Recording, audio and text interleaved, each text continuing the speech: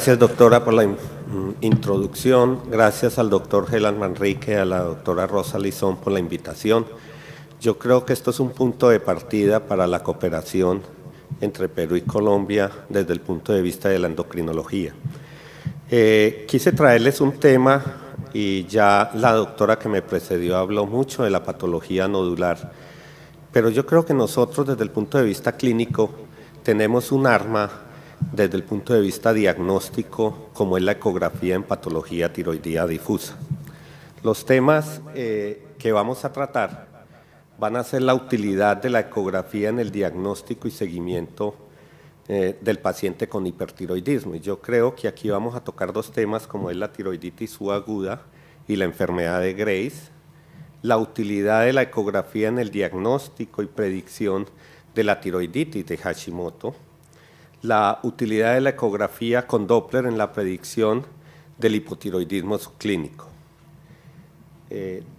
Existen muchos métodos de imágenes para explorar la tiroides y vemos desde el punto de vista como es la tomografía por positrón, la gamma cámara, la resonancia magnética, el TAC, pero yo creo que fundamental, y vamos a hablar más, es en la ecografía como un valor predictivo y de utilización fácil desde el punto de vista del consultorio.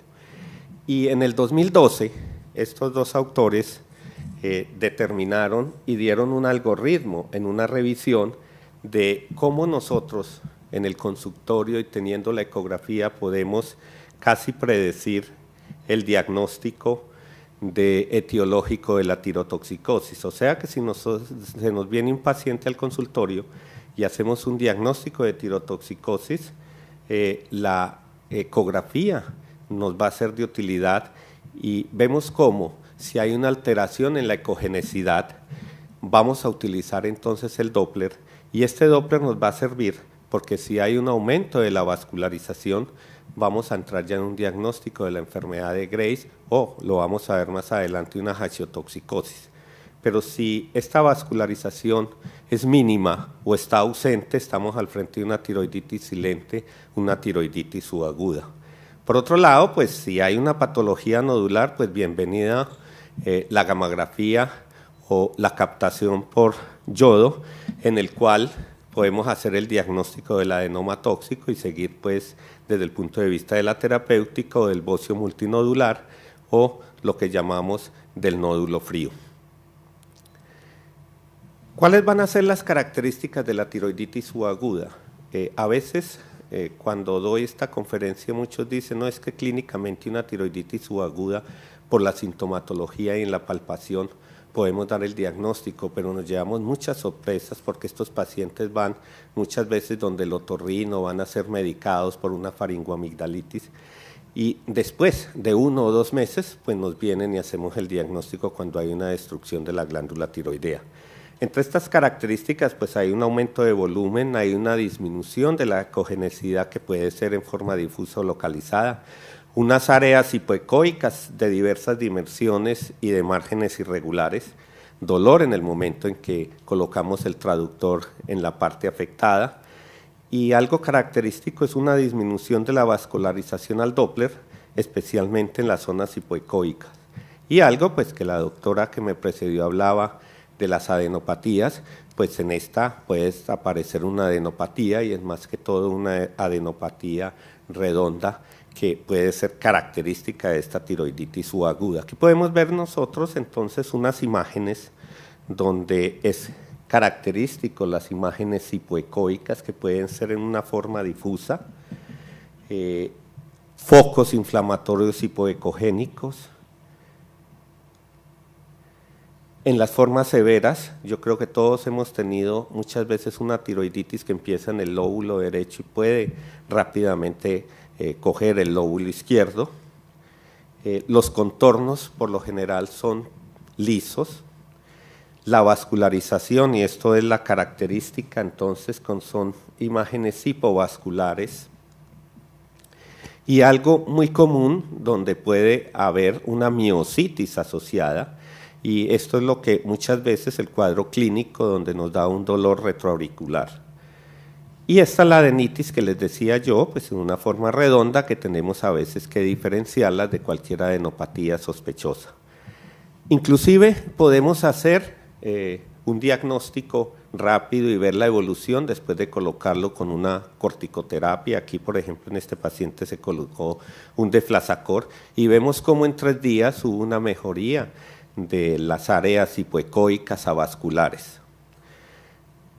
Vemos en estas siguientes diapositivas pacientes entonces con tiroiditis subaguda y después de la evolución estamos hablando en imágenes en grises y aquí característico como es imágenes hipovasculares, cómo se normaliza después de la vascularización en tratamiento con 3-4 semanas de corticoterapia. Entonces, ¿cuál es la importancia del ecodoppler en el diagnóstico y seguimiento de la tiroiditis subaguda? Ayuda al diagnóstico inicial de la tiroiditis. Hay un diagnóstico en las diferentes etapas evolutivas. Evaluamos el grado de compromiso glandular. Hacemos el diagnóstico diferencial de otras afecciones, específicamente de otras tirotoxicosis. En el seguimiento, es indispensable controlar al paciente después de un tratamiento con corticoterapia. No hay que olvidar las formas silentes. En el diagnóstico diferencial he tenido varios casos donde fue diagnosticado con un Bethesda 5 y donde muchas veces pueden ser llevados a cirugías por una imagen hipoecoica vascular. Entonces yo creo que es un elemento diagnóstico disponible, eficiente y de poco costo. Sobre la enfermedad de Graves, también lo mismo. Muchos colegas dicen, no, pero es que hay un bocio, hay una oftalmopatía, pero es que no se nos presentan todos los pacientes con ese cuadro clínico. Entonces hay que ver cuáles son las características ultrasinográficas, si es una glándula de volumen aumentado, un aumento del volumen del istmo, hay una protrusión de la cara anterior de ambos lóbulos, el parenquima es hipoecoico, es más homogéneo que la tiroiditis de Hashimoto, hay una hipoecogenicidad difusa. En el Doppler es fundamental, acuérdense de la imagen del infierno tiroideo, un aumento difuso y simétrico de la vascularidad. Aquí sí es fundamental la vascularización espectral para determinar la velocidad picosistólica de la arteria tiroidea, específicamente de la arteria tiroidea inferior del lóbulo izquierdo. Desplazamiento de los compartimientos vasculares, probablemente por el aumento de la tiroides. Aquí vemos imagen característica de un tejido hipoecoico, hay un aumento del istmo, mayor de 5, estamos hablando ya de bocio, y miren que se difiere totalmente, como lo vamos a ver más adelante, de la tiroiditis de Hashimoto, pero hay unas imágenes hipoecoicas, y esto es lo que conocemos nosotros, el famoso infierno tiroideo, donde hay un aumento de la vascularización. Pero yo creo que característico es esto, determinar la velocidad picosistólica de las arterias tiroideas, específicamente las inferiores. Hay puntos de corte, como lo vamos a ver más adelante, que es de 30 milisegundos, y donde de ahí se puede partir como ya diagnóstico seguro de la tirotoxicosis por enfermedad de Graves. Y este trabajo, pues que es un estudio comparativo, y lo compararon con gammagrafía con tecnesio, lo compararon con los TRAPS, no sé ustedes qué tan fácil y asequibles sean los TRAPS, los anticuerpos antirreceptores en Colombia, es un poco difícil, costoso, pero en este estudio, donde se compararon alrededor de 300, 150 con Graves y el resto con tiroiditis aguda y el resto normal, se demostró que la velocidad picosistólica estaba aumentada en la enfermedad de Graves comparada con la tiroiditis subaguda, y el factor predictivo y la sensibilidad, lo ven ustedes comparándolo con gammagrafía con tecnesio y con el TRAP, era mayor utilizando la velocidad picosistólica de la arteria tiroidea. Entonces, es también fundamental cuando iniciamos el tratamiento con metimazol, porque como sabemos ya el propiltiuracilo solamente es en enfermedad, en embarazo en el primer trimestre por la hepatopatía, pero nos disminuye el volumen, hay una mejoría de la ecogenicidad y hay una normalización de la vascularización. Datos que sugieren, por ejemplo, respuesta del radioyodo es también porque muchas veces nosotros administramos una dosis ablativa, 15, 20 milicurie, y le decimos al paciente que vuelva 3, 4 meses, a veces el paciente puede entrar en un hipotiroidismo a los 2 meses o a los 4 o 5 meses, por lo general nos viene al consultorio ya de un hipotiroidismo franco. También mejoría de la ecogenicidad y normalización de la vascularización. Aquí podemos ver en imágenes en escala de grises cómo hay una mejoría en la ecogenicidad y en el volumen después del tratamiento con metimazol. Y característico es una disminución del infierno tiroideo y la vascularización al Doppler pulsado. Aquí lo vemos también en el tratamiento. Y característico entonces para ver si el paciente está respondiendo al metimazol, y que probablemente lo vemos al mes y medio, a los 2 meses, es la disminución de la velocidad picosistólica. Yo creo que un punto es un volumen mayor de 20, 22 en el volumen de la tiroides, donde vamos a decir que no va a responder a estos antitiroideos, no va a responder al metimazol, o que no haya disminuido la velocidad picosistólica. Aquí lo vemos entonces un volumen global, como disminuye a los 6 meses de tratamiento. Y algo que yo creo que les ha ocurrido a ustedes, que hacer el diagnóstico diferencial entre una hashiotoxicosis y una enfermedad de Graves. Y aquí sí entra el análisis espectral, donde vamos a determinar la velocidad picosistólica. En la hashiotoxicosis no pasa de 30, mientras que en la enfermedad de Graves pasa de 30. Entonces yo creo que podemos decir que la importancia del ecodoppler y análisis espectral en el diagnóstico y seguimiento de la enfermedad de Graves-Basedow, que ayuda en el diagnóstico diferencial de la tirotoxicosis, de que es útil en la escogencia del tratamiento inicial, si vamos para yodo o si vamos para metimazol, en el seguimiento, en la respuesta al tratamiento de la enfermedad de Graves, bien con antitiroideos, con metimazol. En el diagnóstico diferencial, como les decía yo, entre la hashiotoxicosis y la enfermedad de Graves, y algo que muchas veces, no sé si les ha ocurrido, que nos mandan por un hipertiroidismo, una tirotoxicosis el primer trimestre del embarazo, y hay que hacer el diagnóstico entre una hiperimesis gravidarum o una tirotoxicosis gestacional o una enfermedad de Graves. Ahí es útil entonces la ecografía para hacer el diagnóstico. O sea que es un elemento diagnóstico disponible, eficiente y poco costoso. Entramos a la tiroiditis autoinmune, o así llamada tiroiditis de Hashimoto, donde es el 80% de la causa del hipotiroidismo primario. Hay una variabilidad en el volumen de los lóbulos tiroideos, una disminución de la ecogenicidad, como lo vamos a ver, en forma irregular o no homogénea. Hay una alteración de la ecotextura, una alteración de la... hay áreas hipoecoicas distribuidas en todo el parenquimo tiroideas, unas veces superponiéndose a otras.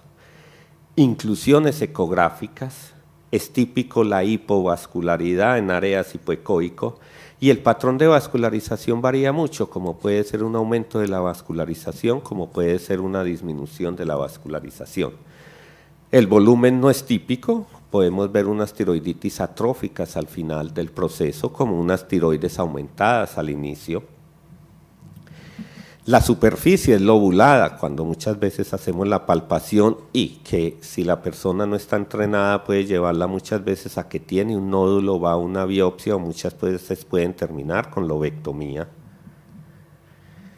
La ecogenicidad, esto sí es característico, que está alterada, es hipoecoica, disminuida, y puede haber muchas imágenes como un panel de abeja, muchas veces nos describen como nódulos o micronódulos, y esto es característico porque hay una destrucción del folículo, y es lo característico de la tiroides. Cuando vemos una tiroides un poquito blanca es por los folículos, y cuando se empieza a destruir y está negra es por la destrucción de los folículos.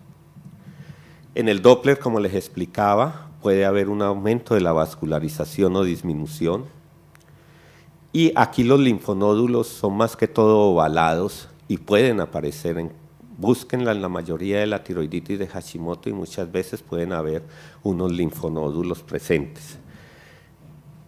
En muchos casos nos vienen en un hipotiroidismo subclínico entre 5 y 10 la TSH y donde los anticuerpos son negativos y donde no hay una alteración de la ecogenicidad y donde la única característica es un aumento de la vascularización. Hay que hacerle seguimiento a estos pacientes porque probablemente tengan una tiroiditis autoinmune. Mucha atención con los focos hiperecogénicos, a veces nos vienen así y así se dice mancha como de cebra y donde son nódulos hiperecoicos, como también pueden aparecer nódulos hipoecoicos y aquí es donde lleva la confusión en personas que no tengan un conocimiento muy grande, que están etiquetadas de nódulos, van a un backup, a una biopsia por aspiración y muchas veces muchos pacientes terminan en una lobectomía o en una tiroidectomía y cuando se va a examen patológico estamos hablando de una tiroiditis de Hashimoto. Entonces la importancia es que ayuda al diagnóstico inicial del hipotiroidismo subclínico, al diagnóstico diferencial entre una hashimotoxicosis y un Graves, al diagnóstico diferencial de un hipotiroidismo, por ejemplo, transitorio después de una tiroiditis silente o una tiroiditis subaguda, útil en el diagnóstico etiológico del hipotiroidismo primario, útil en el seguimiento de adherencia al tratamiento.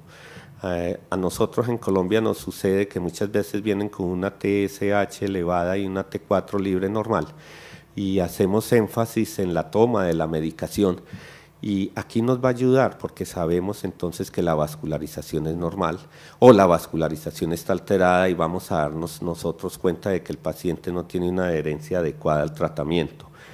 No hay que hacer entonces la biopsia por aspiración en estos nódulos hiperecoicos o hipoecoicos si están bien descritos y hay que controlar por lo general anual en estos pacientes. Saben ustedes que la incidencia del carcinoma papilar es más frecuente en los pacientes con tiroiditis autoinmune.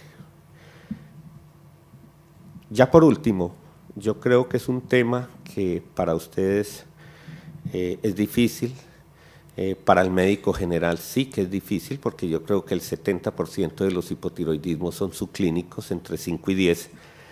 Nosotros recomendamos la TSH volverla a repetir a las 6, 12 semanas, pero esto Cooper y Biondi lo hicieron estratificando desde el punto de vista clínico y ellos dicen que si hay un alto riesgo cardiovascular, estamos hablando en disfunción diastólica documentada, en riesgo aterosclerótico, en dislipidemia, en pacientes con diabetes y que tengan una TSH entre 5 y 10 o en pacientes con insuficiencia renal crónica, estos pacientes deben de recibir tratamiento.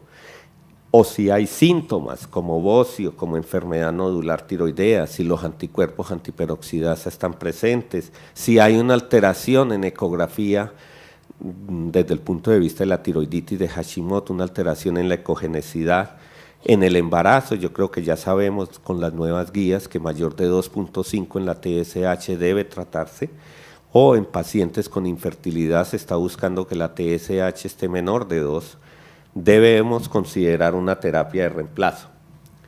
En los pacientes entonces a quien no tratamos son pacientes que tienen bajo riesgo, tienen una función cardíaca normal, una presión arterial normal, hay una ausencia de riesgo aterosclerótico, un perfil lipídico normal, no hay alteraciones de los hidratos de carbono, no es fumador, algo que se está hablando de que el fumador tiene más riesgo de una enfermedad tiroidea, no tiene síntomas, no tiene bocio, no hay alteraciones en la ecografía, los anticuerpos antiperoxidasa y antitiroglobulina son negativos, en estos pacientes entonces no deberíamos de tratar.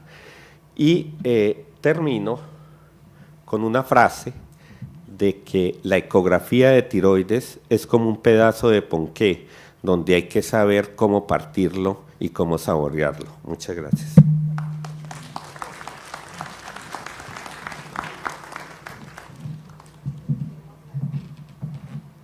Ecografía en patología tiroidea difusa. Los temas que vamos a tratar van a ser la utilidad de la ecografía en el diagnóstico y seguimiento del paciente con hipertiroidismo. Y yo creo que aquí vamos a tocar dos temas como es la tiroiditis subaguda y la enfermedad de Graves, la utilidad de la ecografía en el diagnóstico y predicción de la tiroiditis de Hashimoto, la utilidad de la ecografía con Doppler en la predicción del hipotiroidismo subclínico. Existen muchos métodos de imágenes para explorar la tiroides y vemos desde el punto de vista como es la tomografía por positrón, la gamma cámara, la resonancia magnética, el TAC, pero yo creo que fundamental, y vamos a hablar más, es en la ecografía como un valor predictivo y de utilización fácil desde el punto de vista del consultorio. Y vemos cómo, si hay una alteración en la ecogenicidad, vamos a utilizar entonces el Doppler, y este Doppler nos va a servir porque si hay un aumento de la vascularización, vamos a entrar ya en un diagnóstico de la enfermedad de Graves o lo vamos a ver más adelante, una hashiotoxicosis. Pero si esta vascularización es mínima o está ausente, estamos al frente de una tiroiditis silente, una tiroiditis subaguda. Por otro lado, pues gracias doctora por la introducción, gracias al doctor Gelan Manrique, a la doctora Rosa Lizón por la invitación. Yo creo que esto es un punto de partida para la cooperación entre Perú y Colombia desde el punto de vista de la endocrinología. Quise traerles un tema y ya la doctora que me precedió habló mucho de la patología nodular, pero yo creo que nosotros desde el punto de vista clínico tenemos un arma desde el punto de vista diagnóstico como es la... Y en el 2012 estos dos autores determinaron y dieron un algoritmo en una revisión de cómo nosotros en el consultorio y teniendo la ecografía podemos casi predecir el diagnóstico etiológico de la tirotoxicosis. O sea que si se nos viene un paciente al consultorio y hacemos un diagnóstico de tirotoxicosis, la ecografía nos va a ser de utilidad